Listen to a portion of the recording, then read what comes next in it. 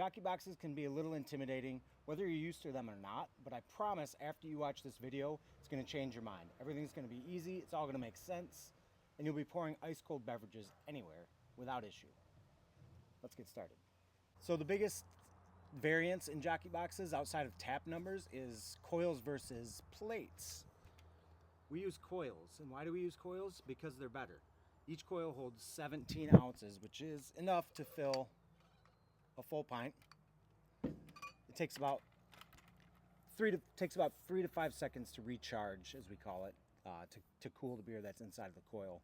A plate chiller does not hold that much, and therefore does not cool beer off as fast. If you're pouring little tiny portions, sure, it's fine. But if you want to set up your kegs and pour ice cold beer pint after pint all day, you want to use a coiled jockey box. So rule number 1 when it comes to hooking up a coiled jockey box is you want to tap your kegs before you put ice in the cooler. The reason you do that is because there might be some residual water left in the coils, and when you pour that ice in, it can create an ice plug and a nightmare. Believe me, I've done it. You'll do it once, but only once. I've done it twice. So I always use 5-pound tanks when I'm using the jockey box, because that 5-pound tank is going to push 5 half barrels, and depending on what your event is, you're probably not going to go through that much. I highly recommend quick disconnects because it makes setting up and tearing down a whole lot simpler. We already have the tank hooked up to the regulators, so I'm going to skip that part. We show you how to do it on numerous videos. Look it up. So our CO2 is hooked up. Let's tap the kegs. The beverage lines are attached, so let's tap the kegs. How many times am I going to say that until we actually do it? These kegs are actually warmish, I would guess probably 60 degrees, which is pretty cool to show you exactly what a jockey box does, and I'll be able to show you what the temperature of the beer is before and after we add the ice. So if you've never tapped a keg, I'm sorry, you're missing out. We've got a Mexican lager from Old Nation here,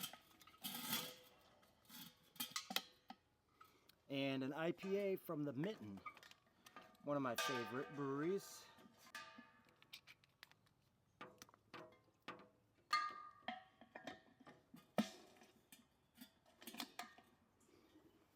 All right, I recently sanitized these lines, so you're going to see a little clear liquid come out before the beer does. Don't be alarmed.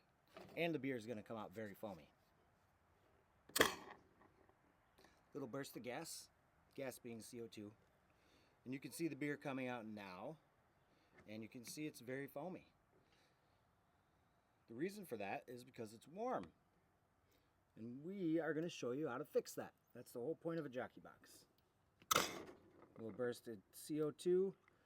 Here comes the Sanny, and here comes the beer. Now that the beer's flowing, let's check the temperature of it before we put the ice in, so we can show you exactly how great jockey boxes are.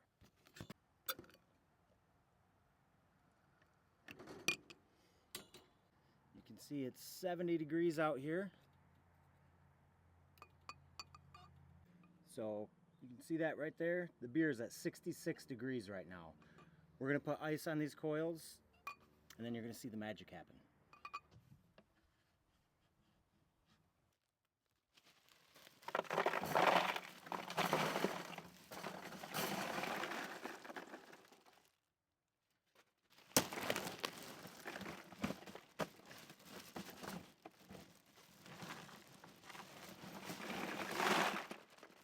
You can see we've got the coils covered. Can you see that? Yeah. That's about 40 pounds of ice. This is the bare minimum. You always want to keep your coils completely submerged in the ice, as well as the shanks. So I like to fill it all the way to the top and agitate it to get, you want that ice to be in contact with the stainless steel, because there's a thing called ice dams. Like, you look at this ice, you see how it'll create like a little air gap. That same thing's going to happen as this ice melts when the beer runs through the coils. So every once in a while, you just want to agitate it. You can pour a little bit of water in there to keep that surface contact. That's what I like to do. It's the best process.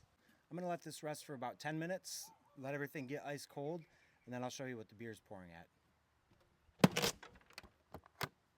It's been 10 minutes. Let's see how it's pouring.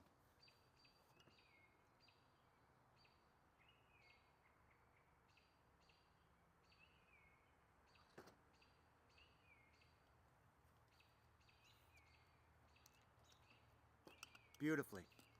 Let's see what the temp's at.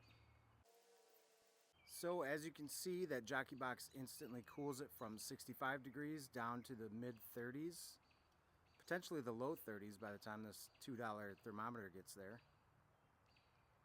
But you get the point. I don't know if you've ever put a slightly warm keg in a kegerator, but it takes hours to come back from that. With a jockey box, you can go from 65 to the low to mid 30s instantly. You should be using jockey boxes for all of your events, not kegerators, not cans.